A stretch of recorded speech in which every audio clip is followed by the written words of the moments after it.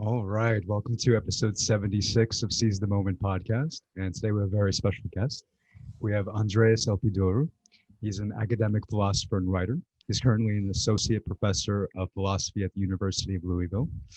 He specializes in the philosophical study of the mind and has published extensively on the nature of emotions, especially boredom, consciousness, and cognition. He's best known for his work on the function and value of boredom. His new book is called Propelled: How Boredom, Frustration, and Anticipation Lead Us to the Good Life. Welcome, Andres. Hi, Alan. Hi, Leon. Thanks so much for having me on your show. And then, so what was so cool, and we were just talking about this before we began, was that a lot of what Andreas talks about, and obviously what his books and his other work deal with, a lot of these things or a lot of these topics that Alan and I talk about with, between ourselves, with our guests. And so a lot of what your book is about is pretty much, it's a reframe. It's sort of a cognitive reframe of these topics that people have pretty, let's say, black and white kind of conceptions of. So as we begin, so your book, right? So we're talking about boredom, anticipation, frustrations. So as we begin the conversation, can you first tell us how people normally view those kind of emotions, for lack of a better word? Yeah, thanks so much for that. And I think you're absolutely right saying that this is especially the case for both boredom and frustration. I think there was a lot of black and white, mostly black, and that is mostly a negative approach to those two emotions.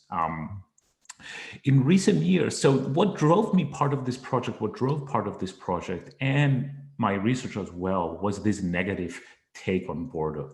And so I'm trained as a philosopher, and I was doing a lot of readings in the history of philosophy about boredom. And if you were to summarize it, the summary is that boredom is bad, avoid it. And I wasn't quite sure that was right. And so that set me off this path trying to investigate whether there's something else to boredom, something more positive perhaps. And then I kind of stuck with that framework or mindset of trying to investigate what other emotional states maybe we have misunderstood or better underestimated.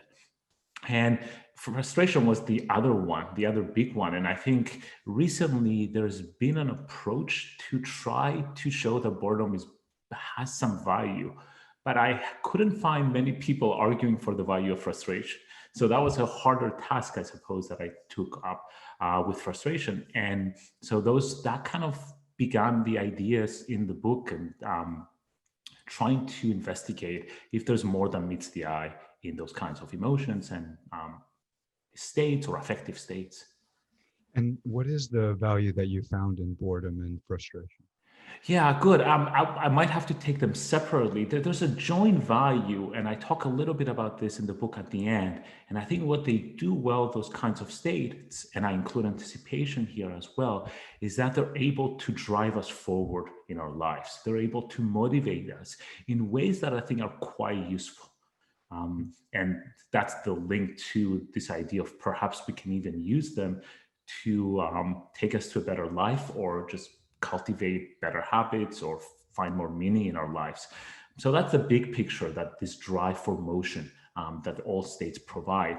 I can just say a few things about boredom, and then we can let's do that. Let's go from one by one, and let's kind of like tackle the topics like one by one, each by each, I guess. So let's start with boredom.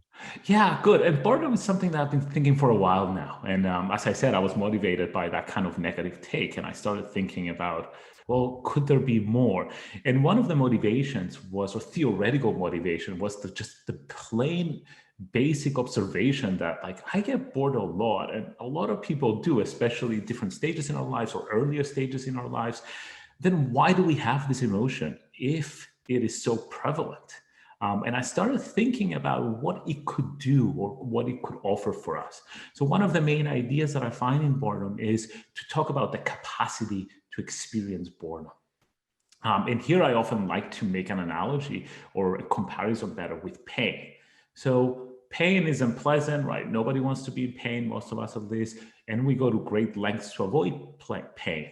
But at the same time, we know from personal experiences, but also from cases in psychology and neuroscience, that if you cannot experience pain at all, you are in great danger, because pain protects you from harmful stimuli, harms to your body and all that.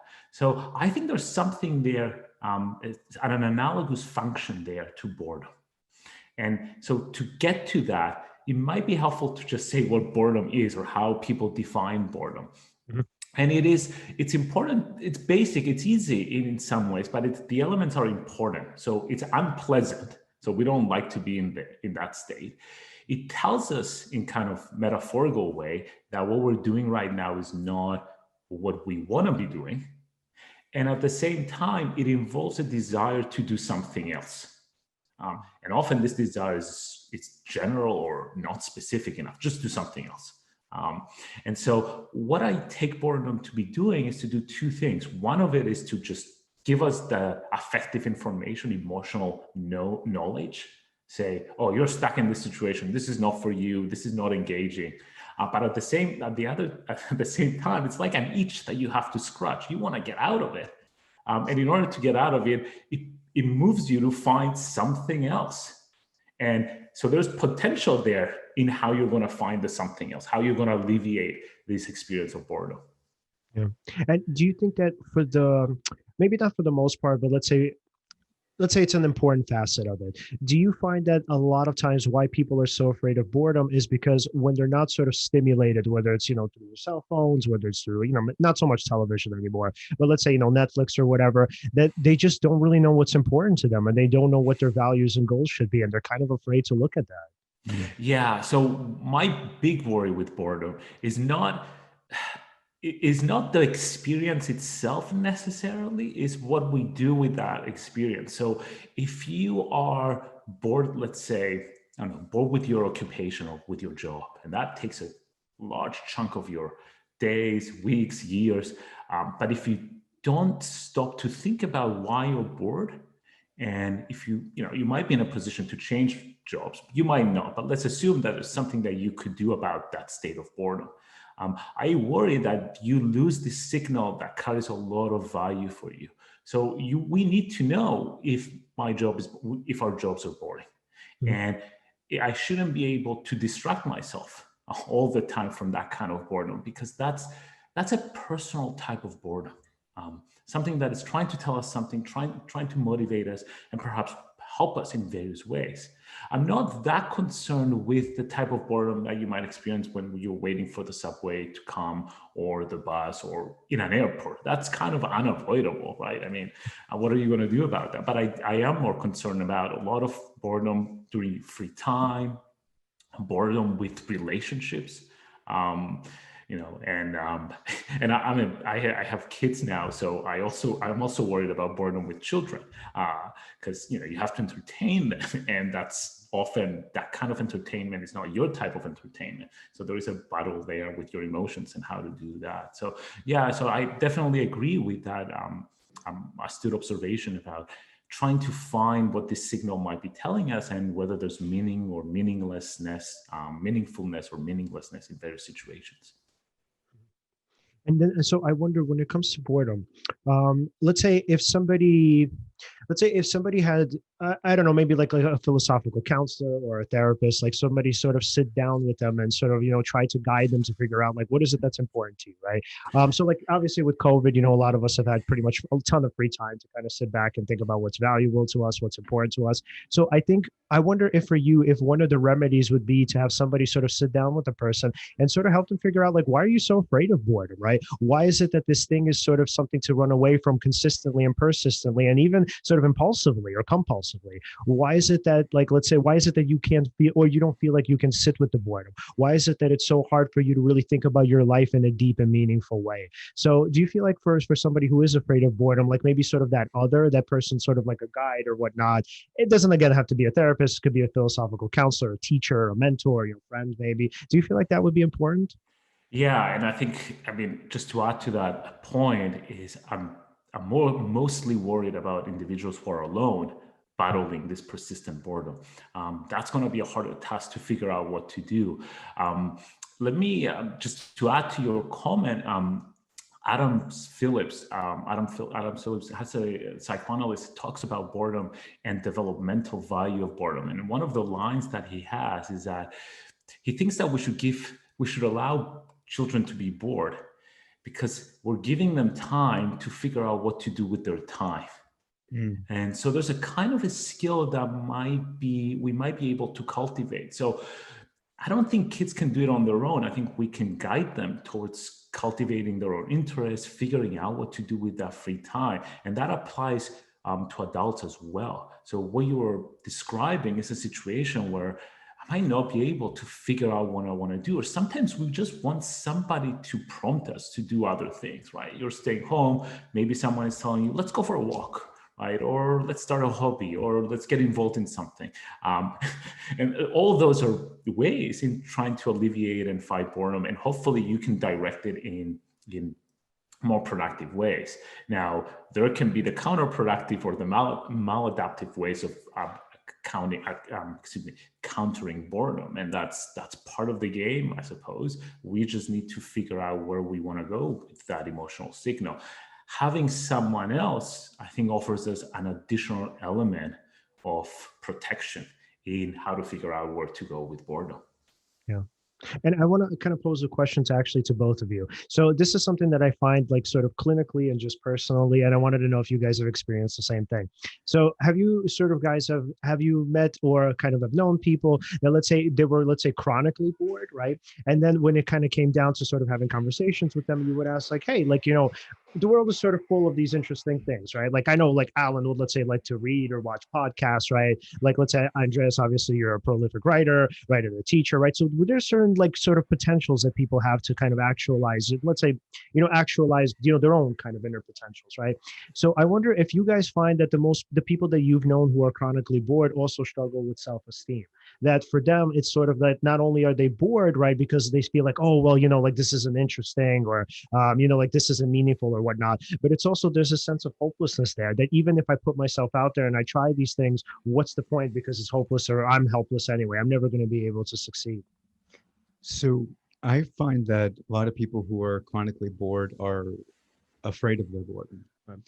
Like they don't view it as, they don't frame it as a friend to them. They think it's their enemy. They need to find some kind of stimuli to sort of quell the boredom, right? And they're constantly seeking stimuli just to cover that up and avoid the signals that the boredom is giving them, as Andreas is saying. And I mean, could it be a self-esteem issue?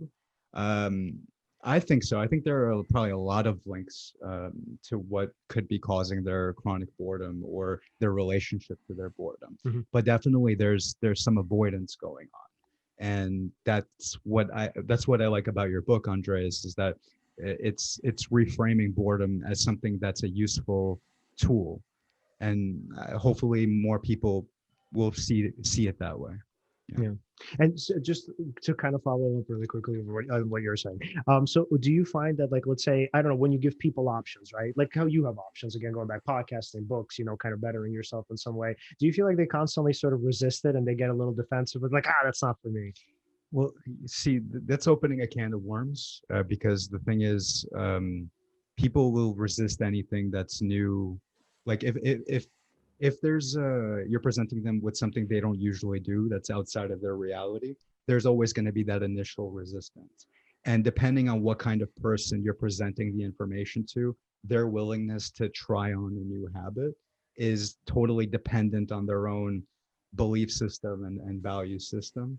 So, I mean, you'd have to be presenting that to somebody who's willing to try to take on new behaviors, even if it's uncomfortable or they're very resistant to it. Right. So, for example, anyone who listens to our podcast, for example, or listening to this conversation, they're probably willing to try to take on new behaviors or to accept that maybe they should be sitting and listening to their boredom, for example, to answer your question. Yeah. And Andreas, what do you think? Is there any sort of link between boredom and self-esteem? I need to look at the literature and the research to answer that affirmatively. It's a complicated question because the science isn't really settled on what counts as chronically bored or bored often. We really don't know what that idea is. So there are some conceptions of how to measure with questionnaires, for instance, that you give a questionnaire to individuals and they have to select certain answers. What we do know is that if you're bored, chronically bored, or bored often or all the time, that's a serious mental health concern. And one of the strongest correlations, and that touches upon your point, has to do with depression. So it turns out, case after case, when you perform those experiments, and you give them a depression questionnaire or some measure to figure out whether they're depressed in some way, then there's a strong relationship between the two. So there is a change in the way that individuals perhaps might even perceive the world. And so you're answering your question about choices. It's if that correlation between depression is strong, you can imagine them not really seeing any value or personal value in the choices. And we might think, well, how can you not? Because they all seem engaging or enticing in certain ways, but from their own personal perspective, that kind of value or attraction disappears. And I think it's really hard to get them to be motivated. And so maybe that's why we need somebody else, a coach, a friend, a partner, to help us and help everybody guide us out of this difficult moment. Right. And in your book, you talk about sort of this existential boredom and the difference between sort of being bored in the moment and obviously kind of this chronic sort of level of boredom where you're just bored with life in general. Can you tell us a little bit about what your research has found in terms of that? Yeah, so that touches upon the previous kind of questions or conversation. I think it's really important to keep the two types of boredom separate. So there is the everyday, it's a temporary experience of boredom that looks a lot like an emotion. And it depends often heavily on the situation. So I'm bored now, but I won't be bored in 10 minutes. Right? I'm bored when I'm alone, for instance, but if someone shows up, I will not be bored. So part of my work is to show that kind of boredom can turn out to be quite productive, functional, useful, if we're able to use it in the right ways, if we know how to read the signals, and if we know how to respond to it. That's the one type of boredom. The other one, which again, we don't know exactly what is the theoretical basis, exactly what it is, how related to external conditions might be. We typically treat it as something, a personality trait, but as we know, there are going to be interactions with the environment and our social conditions and all that. And that's a much more serious concern, because it just it's either this more or less permanent experience of boredom or a recurrent, and then it just pops up all the time, and things that previously motivated you, things that previously excited you, you no longer find excitement in that. And the problem with that kind of sustained or prolonged or frequent boredom is that often the ways out of that state of boredom they're maladaptive. Right? One way is to drink. Another way is to engage in drug use, or some other behaviors that are exciting. They get you out of that state. They provide you with a kind of a temporary relief from that experience of boredom, but they're not necessarily going to help you in the long term to recover from that, if we want to use that language, or just to maybe perhaps offer you a different way of seeing things or approaching ideas and situations. What about frustration? Moving on to frustration, what would you say is the value of frustration? Yeah,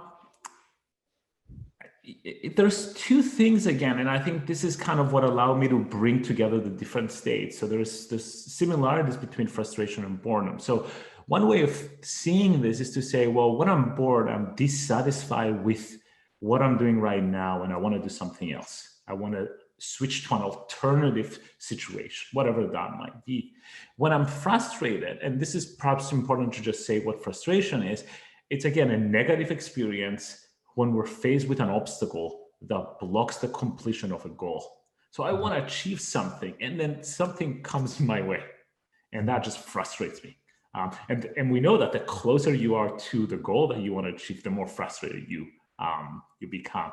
And so what frustration does, first and foremost, I think, it energizes. So it energizes us. It motivates us. It gives us this additional fuel to say, you're close to conquering your goal. Keep doing it. Keep trying. And the other thing that it does, and I think this is also equally important, is that just like boredom, it allows us to see where personal value and meaning lies. So we don't get frustrated by whatever we cannot accomplish. So one example might be, I cannot fly, right? Gravity might be an obstacle to that, but I'm not frustrated by the fact that I cannot fly. I'll be frustrated if I'm trying to express an idea and I just can't get it. For instance, I can't write it on paper. I cannot really communicate it. That will frustrate me because it's something that I place more value. It's closer to me. It's more meaningful, more personal. So I think what frustration does, it allows us to see if something frustrates you, for better or worse, it's something that matters to you. And at the same time, you're motivated to try to accomplish that. So I think we typically don't like frustration, and for good reasons. It doesn't feel good. And also signifies that what we want to get out of the situation, we just can't. But we shouldn't give up on frustration. And from a theoretical standpoint, it seems quite important for what we do in our lives, and for many of our accomplishments seem to be built on frustration, on the experience of frustration. Yeah, and then also, I mean, talking about just like those, just boredom and frustration in general, just kind of like linking those two negative emotions together, right? Something that you speak about in the book, and I'm sure we talked about it before too. It's this idea that without those emotions, I mean, you're never going to experience the positive as positive.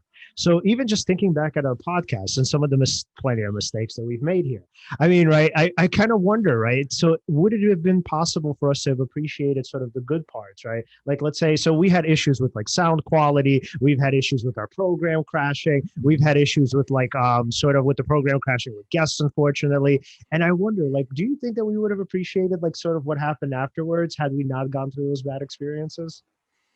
Oh no, totally. Yeah. If we hadn't experienced the bad, we wouldn't understand what is good, right? If we didn't go through pain, we wouldn't know what pleasure was like. We wouldn't have also valued how much we grew, right? I mean, that's a very important theme actually, because the mistakes that we made were all part of the growing pangs of becoming better at the skill of podcasting. And I think there's still more to do. There's more to improve. There's more mistakes that we're going to make. That we don't say that. No, please, no. No more. No more. No. But I think it's necessary. Yeah, I think it's necessary. And then anytime we are successful and things go good, or go well rather, that makes us value the experience more. If everything just went smoothly the entire time, if we could just predict how everything is going to turn out, that would take the fun out of it. But although that is sort of a thought experiment, I don't really experientially know that. But I mean, I try to compare the times that things have been going completely smoothly as opposed to the times where it gets rough at times, and then I'm able to accomplish what I seek to accomplish. It feels much better intrinsically. So yeah, there's a value to things not going right, or to not always feeling good. Right. And Andreas, do you feel like some of the people, if not all of them, the ones who really struggle with kind of boredom and frustration, do you find that it's mostly because they take a short-term view where they think of it as though, well, yes, if I'm in this particular moment and I'm going through these difficult emotions, like I really hate it. And maybe when they look back on it, right, they think about how like painful and awful it is, perhaps maybe because they're not able to, or maybe unwilling to, take a kind of long-term view and say, okay, well, because I can contrast the former with the latter, I'm now able to see the difference and say, well, I actually only appreciate the latter because of the former. So I'm wondering if the people who struggle the most, let's say with boredom and frustration, struggle with really short-term thinking more than anything.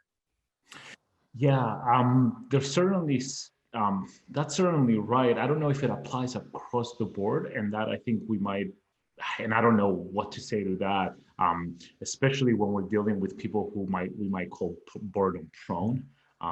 That they're constantly or frequently bored. There might be something personality there wise, or something we don't know what might be the cause of that. But I think, and let me just try to put it in a different context. I think we know from research within academic psychology or achievement emotions that people are bored in classes. That's what it is, and it occurs naturally in some ways. But then there are ways of dealing with boredom. One way is to try to reappraise your situation, is to try to see the situation under a new light, and perhaps see it as being significant. So even though you're struggling either with frustration or boredom with the subject, if you're able to say, well, this is going to pay off in a semester or in the future or in a year, whatever, you're able to resist that urge to find something else, to give up on frustration. Because I think frustration, even though it can motivate us, it also has a breaking point. If something frustrates you for too long or too much, you're just going to say, well, my energies are best invested somewhere else. That kind of, I think the example of being in class and being bored or within an academic context touches upon that point. Now, how do you encourage that cognitive reappraisal or that idea that there's value there? Well, I think partly you need somebody else, like an instructor or a teacher, to say, hey, I know this is hard, stick with it though, because it pays. But you also need, I think socioeconomic status is going to play a role. Have you had similar experiences like that? Do you have parents, for instance, or siblings that struggle and then made it? Do you have role models or messaging that tells you keep up with this and it will pay? So there's all that, and definitely there's a lot that we can kind of resist this urge. It's a really strong urge when you're bored to decouple, so to speak, with the situation, right? Just to say, oh, I'm not paying any more attention to this. And I'm just going to do something else, and that you might lose something very important. In that case, paying attention to class or doing well in the course.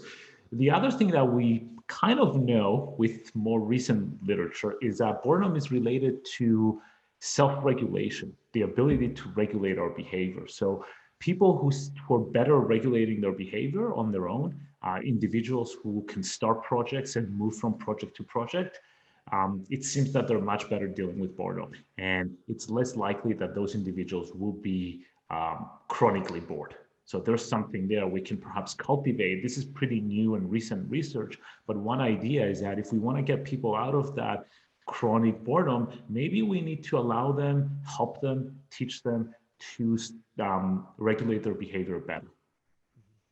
Yeah. And did you want to say? Yeah. So in your book, you talk about how constantly seeking pleasure, right? There's an error to that, right? We can't experience the dualistic nature of life. We can't know pleasure without pain, happiness without boredom, such and such. Now, could you speak on the concept you brought about in your book, Emodiversity, and Dr. Anthony Ong's research on it and other researchers and what they found? Yeah, this is really, really recent. So there should be a caveat here that, as usual with this kind of research, we probably need to wait for the field to mature. But it is so exciting that I had to put it in the book, and it makes a case for some of the arguments. So the idea of emodiversity is basically a measure, and there are different ways that you can measure emodiversity, but basically it's a measure of how diverse your emotions are. So basic example, if I experience only two emotions, joy and let's say happiness or joy and sadness, versus someone who experiences four emotions, four negative emotions, unpleasant, two negative emotions and two positive emotions, the latter person has more emodiversity than the former person. And so researchers are now interested in understanding whether higher emodiversity correlates with better health prospects. And it turns out that initial research shows that. And what was surprising, and this is, I speak briefly about this in the book, is that even negative emodiversity bears a relationship to you living a better life, at least with using some health measures of how to define a better life. So if you experience 4 negative emotions versus 10, individuals that experience 10 negative emotions, regardless of how many positive emotions they experience, might be doing better in their lives. And there's some theoretical reasons about that. Thinking about, well, you see the world differently if you experience more emotions. There's more fine-grained. And maybe probably you're much better at adapting and responding to those emotions. So if you're angry at every response, probably your response will be a response to anger. Sometimes that's going to be appropriate, but a lot of times isn't, because we shouldn't be angry all the time, typically. But if you're able to respond to 10 different emotions, it means that you have a toolkit of emotional responses. And that just seems to be that leads us on a better path to deal with complex environmental and social situations. Yeah, and a lot of times with emotional suppression, I mean, it's also connected to shame. So if you have a person who's like either sort of numb or constantly angry, or let's say, I don't know, let's say maybe there's some other kind of like one or two other emotions that they allow them to, so let's say themselves to feel. And let's say, let's say the dictation of reality, right, is that we pretty much have to experience this plethora of emotion. And let's say one person says, well, to themselves, like, it's only okay to experience anger and maybe sadness, if even that. So I can imagine that all of those situations or all of those other situations that induce those other types of emotions are obviously kind of connected to shame. And if the person feels ashamed most of the time of having those emotions, then I mean, one could think that, okay, obviously emotional diversity, if it's sort of like, because it's not linked to shame and it's sort of linked to, I guess, self-acceptance, that would be kind of the understanding. Then if it's linked to self-acceptance, and the idea is like, yeah, of course you're going to be healthier, right? So you're sort of accepting of the plethora of who you are as a human being, and you're not sort of beating yourself up for like crying or feeling anxious or feeling scared or even feeling, let's say, sad or like even just melancholy. So the idea of emotional diversity seems really interesting because I think it could really be applied very well to the sort of therapy room. Yeah. Yeah, and it has a great developmental value, I think, with kids or children growing up. Just from personal experience, I think children, it's hard for them to distinguish between different emotions and even bodily sensations. So I think a stomach ache might be, or anxiety might be taken to mean that my stomach aches, but that might not be the case. You're experiencing an emotion because of what happened previously, but you're not able to register it. And if you're not able to understand it in that way, then how are you going to respond to that environmental stimulus? Yeah. Yeah. And even it's like when we're thinking about the negativity of emotions in general, right? Like, how we love to kind of to sort of dissect and categorize. And we're saying, we love to say like these emotions are negative and these emotions are positive. So I wish that kind of as human beings, unfortunately, all we have are like thought experiments. I wish that people could kind of enter situations like, let's say, without the thing that they think is so terrible. So like, Andreas, have you ever seen the old episodes of the Twilight Zone from like the 60s? Some of them. Did you ever see the episode with the bank robber who ends up getting shot and killed, and then he goes to heaven and he gets anything that he wants?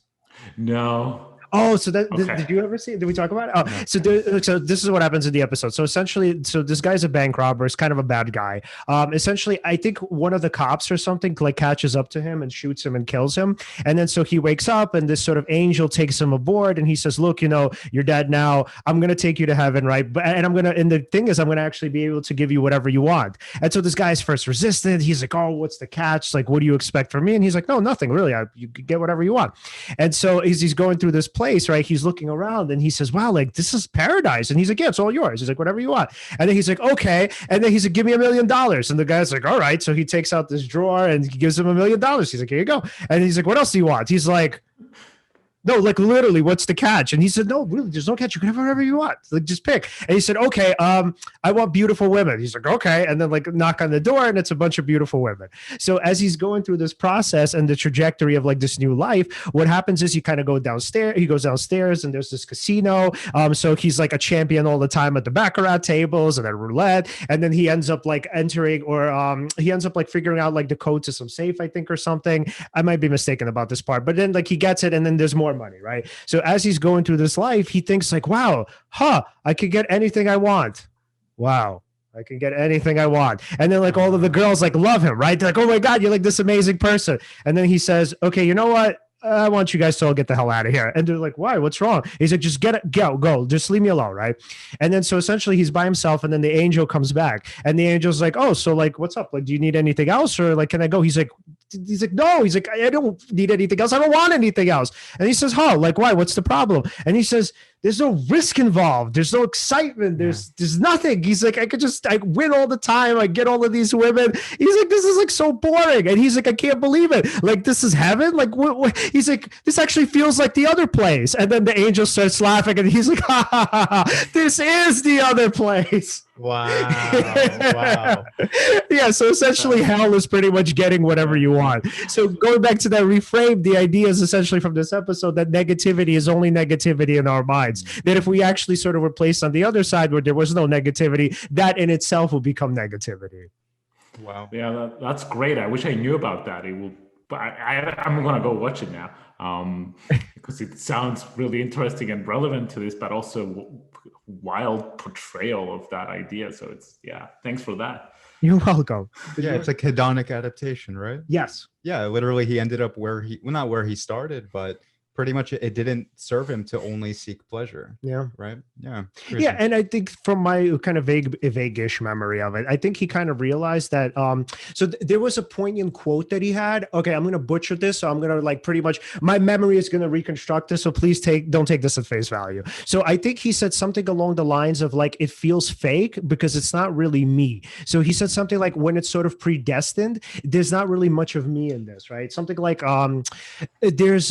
since there's no risk, that means that like all of this doesn't happen because either, let's say, I became a skilled player, right? Or because like these women really love me or something like that. The idea is it's all predetermined. So it's like, it actually doesn't matter who they put in this position. It could have been me. It could have been someone else. These women don't like me per se, right? I mean, this is all kind of made for me. It's like this kind of matrix-like world that's put together. I mean, yes, it's for me, but I haven't done anything to earn it, right? And I think going back to the notion of frustration, why frustration is such a great emotion and such a cool, like, even notion in one's mind is that if there's frustration, that means there's effort. And if there's effort and I finally get the thing I want, I only received it because of the effort and because I placed so much of myself in it. Whereas for him, he realized, well, if there's no effort, there's really no me in it. So feeling good about, these girls, feeling good about these victories, feeling good about all of this money, I actually can't. There's really not much self-esteem tied into that because I technically didn't earn any of it.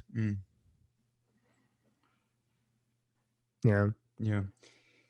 And so going back to the book, what's fascinating is pretty much while I was reading, I also got the sense of like what even the story is portraying, right? That constantly seeking pleasure, there's no win to it. I mean, even if in the future we create devices, I mean, we already have a virtual reality device. We have Andreas, I don't know if you heard of this. Have you heard of Oculus Quest or whatever it's called? It's some kind of wireless. Is it a gear or is it like a headgear or not? Yeah, it's some kind of like a headgear. It's now wireless, some kind of new thing that came out. One of my friends got it, and he's addicted to this thing. And I just kind of see where it's going. I mean, once the graphics get better, once you're able to have more manipulative control of this particular virtual world, I mean, I could imagine people trying to invent realms of just constant hedonic pleasure, right?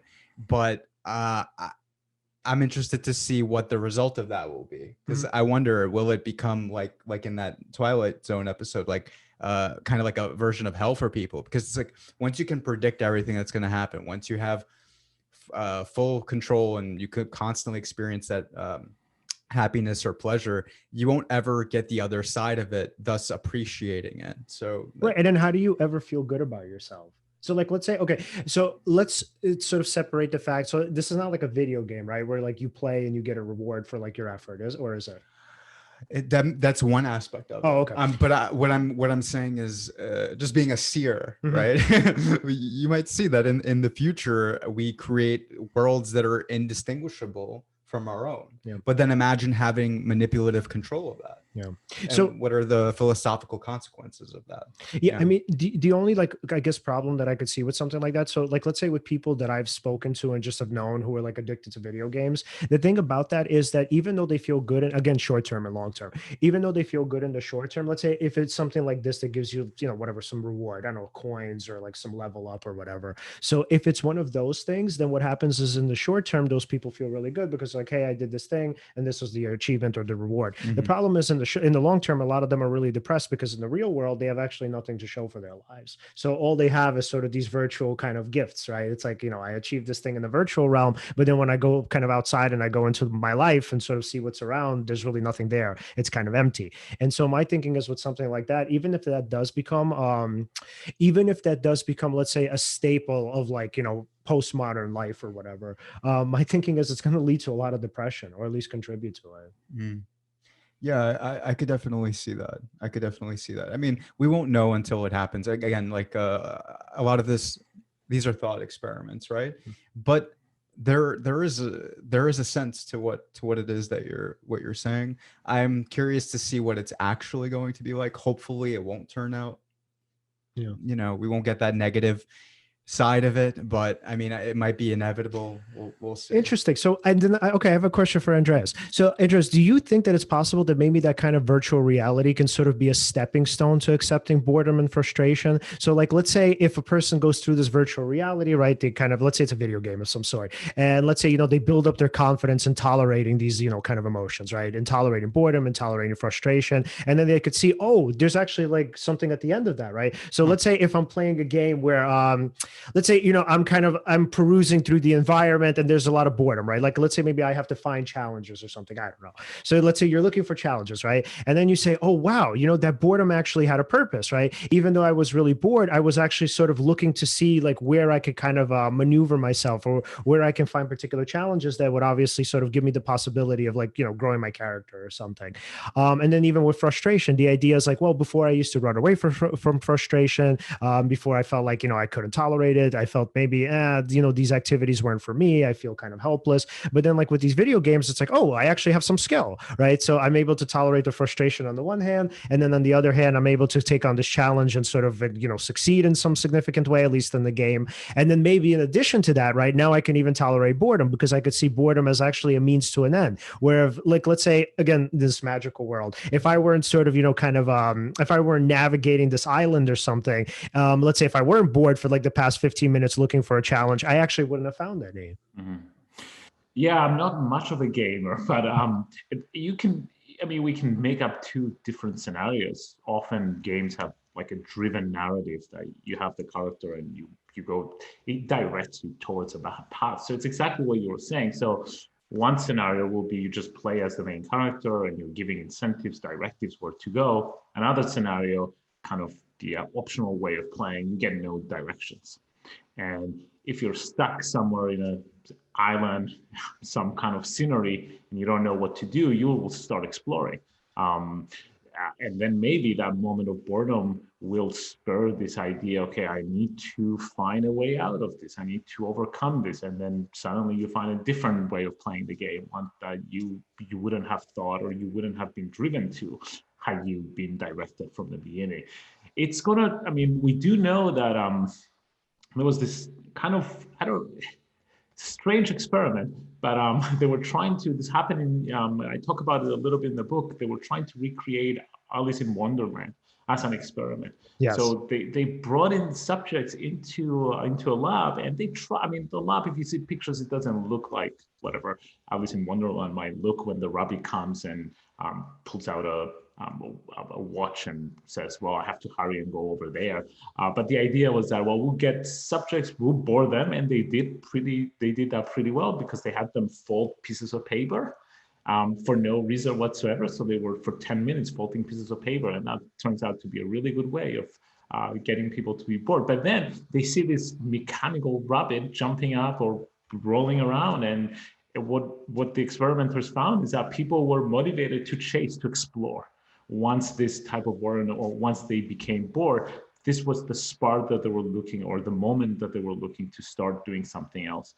So there's certainly a lot to that. I think boredom can be used very productively.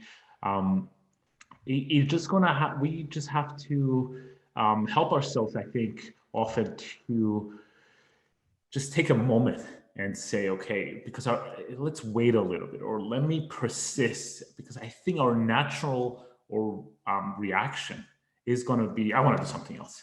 So if the game is really boring, you might say, okay, well, I'm putting it down. I'm going to try a different game. But there has to be something there. Either we bring it or the game brings it. That there has to be a promise of meaning, or a promise of challenge or significance, something there that's not in our face. It doesn't attract us, it doesn't engage us, so we're not bored. But there's enough there that allows us to think, okay, I'm going through a phase here. It's boring, but there's going to be something. Yeah. And I like that. I like that sort of focus on meaning. So something that Alan and I frequently talk about. So so I'm actually like more of the impulsive person, and Alan is the more sort of thoughtful one. I mean, it's just kind of how it is. So when we talk about our podcast, I'm often the person who's like, oh, why are we getting the views? We're not getting the particular, like, let's say results that I want, right? Like, let's say, view counts, particular like number of followers, following, whatever. So for Alan, right, because he finds this podcast to be so meaningful to him, and it's not that I don't, but for me, I really value reward. So for Alan, because he finds the podcast so meaningful, for him, what he's able to say is that, like, look, regardless of whether or not the outcome happens, I'm okay with wherever the podcast is going, just because what we do is so meaningful to me, right? I learn from it. We provide a lot of value to whatever amount of audience or, whoever does listen to it. And so for you, what's so cool is that you're able to kind of frame it in that way. Whereas for me, on the other hand, I'm like, come on, like, kind of let's get the show rolling. Like, what are we doing? So could you tell us about that? Like, how do you do it? How do you sort of get yourself into that mind state of, what, this is what's important, and the rest of it is sort of just an addition? It's very stoic. Well, one thing that's fascinating is I think that's probably, Andreas, why me and Leon make a good team, or Leon and I rather. But so the thing is that actually I value the fact that you get frustrated and that you want results and all of that. I think that's very good. I feel like that should be a driving force to see, like, okay, wait, so if the way we're doing it like this doesn't work, okay, what if we try like this? Or if this was a puzzle, like, does it fit this way? Or, should we try this way? All of that. From my personal experience, I think frustration is inevitable. I don't think success is something that happens right away. I think that there are sort of growing pangs to becoming skillful at something, and that any obstacle that comes is just something that you have to sort of embrace. And in order to keep doing, to not be discouraged and to keep doing what it is that you seek to do, you have to move forward in spite of obstacles. So in that sense, anytime I encounter an obstacle, I'll sit with it and be with it, and then just say, okay, what can I learn from this obstacle? If, for example, I didn't perform at my best this particular time or that particular time, okay, no problem, that's fine. I can try again, as long as, and what keeps pulling me towards that is just like, I value doing the podcast. I value, for example, having you on, Andreas, and getting people to, for example, reframe their relationship to pain, to boredom, to frustration, to negativity, right? Because if people could understand that, right, that's extremely valuable in their lives. Instead of trying to seek to quell your constant, or not constant boredom, but rather any sort of negative emotion, going to the next stimuli constantly, instead of seeing, what is this emotion telling me? What can I gather from this? What is it telling me that I need to do? Am I frustrated with my current life situation? Should I, instead of trying to watch Netflix right now just to get a little bit of dopamine, or going on my phone to get that piece of dopamine, what if I sit with my boredom? What if I try to see what's going on here? What if now I try to undertake the steps that I would have to take in order to change this particular thing that's causing this boredom or this negativity, right? And the value of that lets me deal with any obstacles, right? It's pride, okay to mess right? up. Huh? There's a sense of pride in it and sort of attempting to and overcoming it. I mean, it feels good to overcome it. Mm-hmm. It feels good to overcome it, but it's not even that. It's just the fact that if this is helping people, please, that's the main thing. And then everything else feels like it'll sort of handle itself. But then why I say Leon is like a really good counter, like a good partner, is because you being frustrated with, and not even that, it's not, by the way, we're kind of over exaggerating like the level of frustration. It's not like banging the table, frustrated. Yeah, I'm not going on rampage. But yeah. I need followers. Give me. Yeah. So it's not like that, but yeah, that frustration sort of pulls us to try different things or to think in different ways. Whereas, let's say my attitude might be a little lackadaisical. Yes, sure, I have this overarching purpose, and any obstacle that comes in the way, okay, I can deal with it. That's a valuable asset. But then another thing is, what are some things we could do to improve, right? And whereas I'm thinking, okay, just keep doing the work, that's important.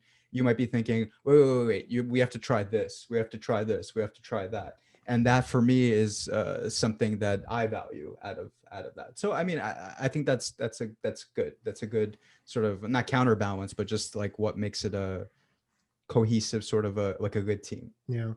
And so there was also this really great part. I think this is probably my favorite part of the book. So I think his name was Alex the bird. Yeah, it was Alex, right? So so Andreas, can you tell us about Alex the bird and sort of in frustration and boredom in his case? Yeah, so he's no longer alive. So this is Alex the Parrot.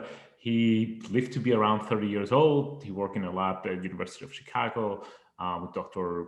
Pepperberg, I think. I might be getting her name wrong now, but I'll find it and correct it. Or just people can make a note. But it's a very famous case in animal cognition and bird cognition. And so what she discovered by working with Alex for so many years was that he was responding emotionally to a whole range of situations. And there are a couple of cases in which Alex performs a task in a way that it was not expected at all. And the idea here is that because he was driven by his emotional reactions. So there's this story that I tell that he was given a task that was too easy, and then he stopped performing the task.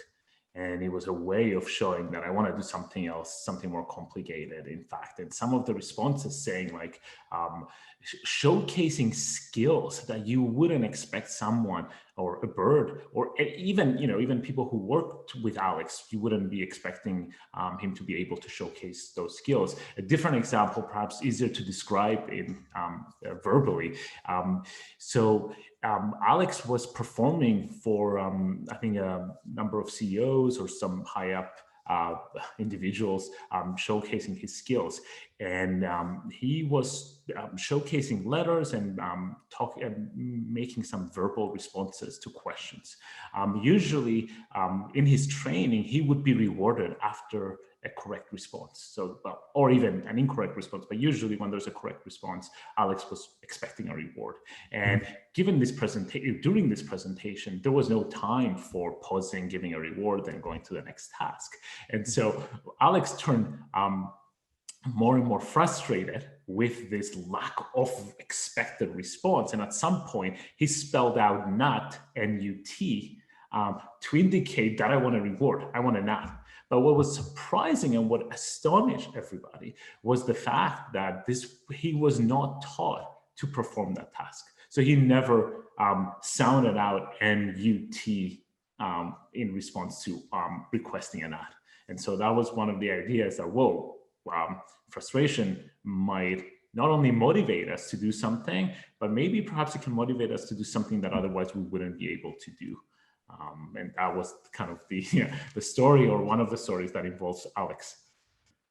Yeah, and that kind of brings me back to something that you and I have talked about before, where you said something along the lines of like, if a task is too easy, right, it's sort of like it's kind of meaningless, right? And if you flow state. What is it? What do you want to bring about? Yeah, sure. Go ahead, do it. Oh no, I just thought you were referring to flow state. No. Yeah. So basically the bird was frustrated from doing this simple task over and over again, right? And then the moment it encountered something that actually kind of met the challenge level that satisfied it, then was more motivated to perform. Is that where you were? Yeah. So the idea was, I think, for the bird that, well, I mean, not even I think, it was obvious. So it's the task was too easy initially, or it may have not been too easy. Yeah, I guess it was too easy. So it was too easy. I don't know if it was ever too difficult. So it was too easy. And then for him, the idea was like, okay, like, why are you guys doing this? So something that we haven't mentioned here was, and kind of going back to Alex, the part of the story that was the funniest to me was where essentially the bird was like, I don't remember exactly what he did, but something along the lines of, so it was a verbal task. And I think the bird essentially got so frustrated that they ended up like having to bring him back to like his room because he didn't want to complete it anymore. He was so angry that the task was too easy. And then I think what did he do? He did something where he had to, oh man, wow, okay. My memory is lost on this. So he did something where I think he ended up like switching the task, right? He ended up switching. Yeah. Can you tell us about that? Yeah, so let me see. I'm going to try to get it as accurate as possible because my memory might be failing me. But one of the tasks was they had a tray of objects that they will show to Alex. And this just shows how great training with Alex and working with Alex has been. And so I think I got her name wrong. It's Irene Pepperberg, that she was working with Alex for all these years. So that's just an indication of the tremendous amount of work that had gone into training and working with Alex. But they will show a tray of objects, and some of them will be like blue objects, or some of them will be the same category of objects. So one question might be, how many blue?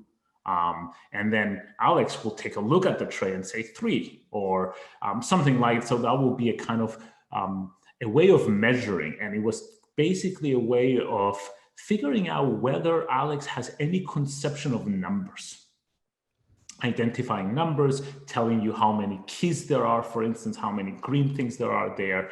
And then they've done this for a while. They must have done it for a long, long time. And Leon was describing there was a period of non-compliance. Alex, we don't know if we think he got bored with this task. It was just too easy. So he wasn't responding, looking at the ceiling, asking for rewards and all that. And then they were like, okay, they came back to him after a while and said, okay, how many this? And then his response was 0. And they were surprised because they didn't teach him to indicate the absence of items. Or better, I think he even instigated the question. So he prompted them to ask them a question about an item that wasn't there.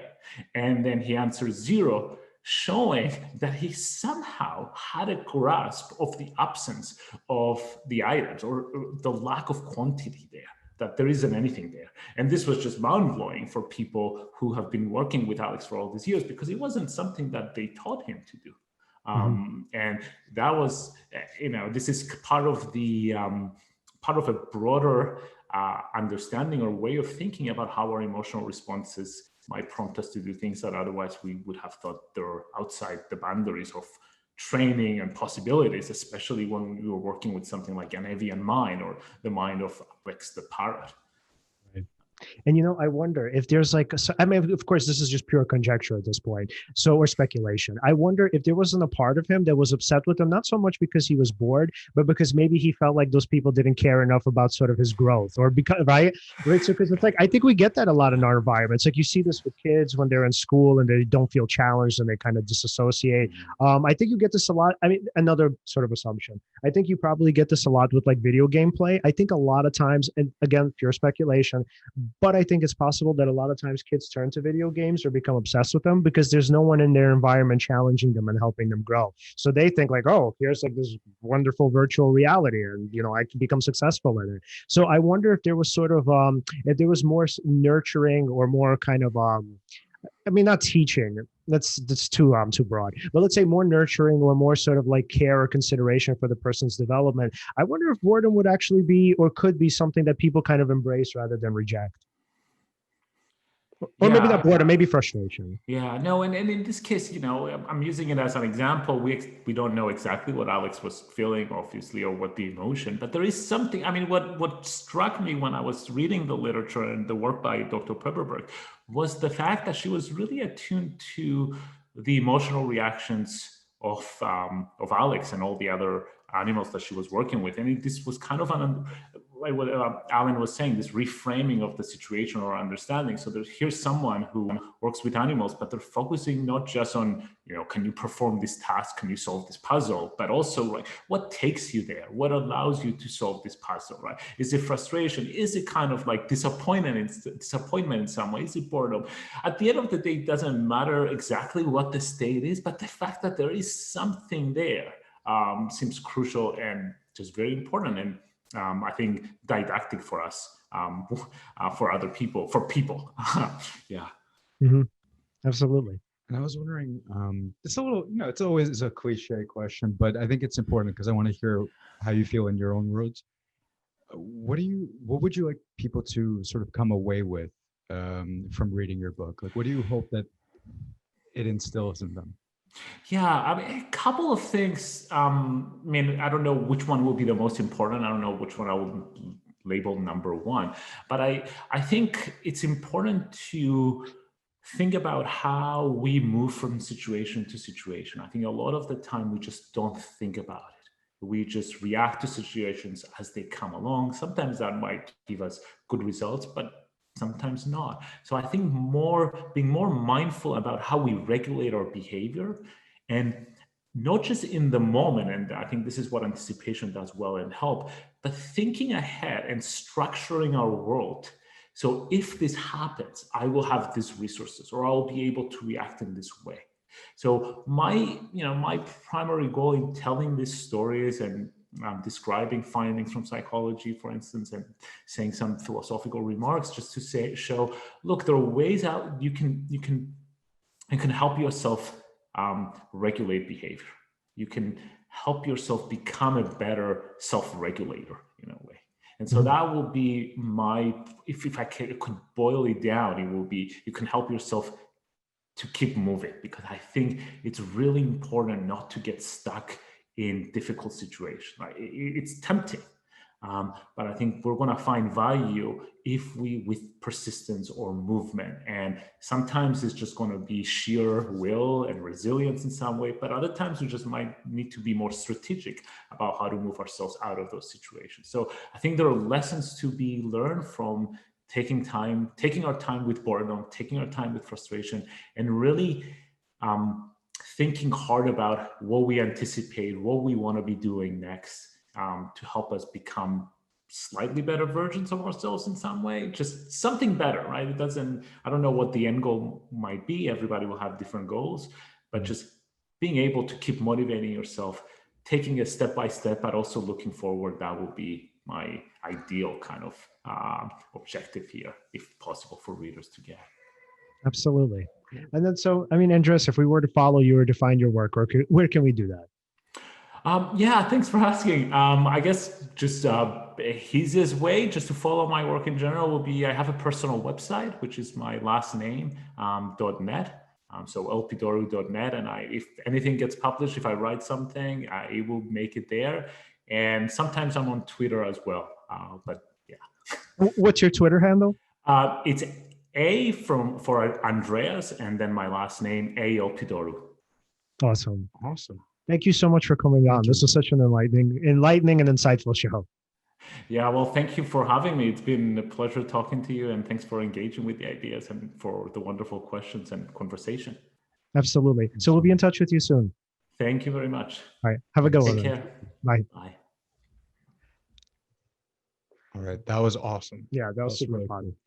All right, guys, if you want to follow us at Seize the Moment Podcast on Facebook and on Instagram, and at Seize_podcast on Twitter. Like, subscribe, hit the bell on YouTube. And then obviously you can find us at the O4L Online Network at O4LOnlineNetwork.com under the STM podcast section up top. All right. And guys, thanks so much for watching. See you next time. All right.